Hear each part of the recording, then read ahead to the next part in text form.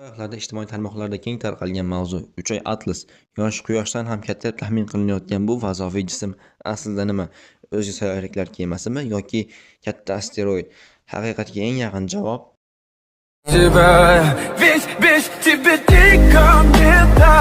dastavval olimlar uni uzunligi 15-20 kilometrlik katta kometa deb o'ylashgan edi.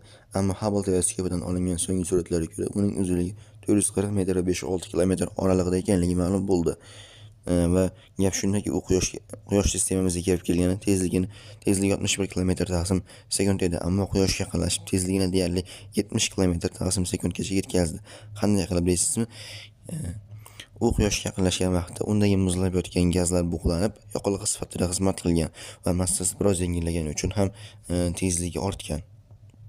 Olimlarning qiziqtirgan tarafi, u Mars orbitasini kesib o'tayotgan paytda Yer undan maksimal darajada uzoqlikda bo'ladi, ya'ni Quyoshning narigi tarafida.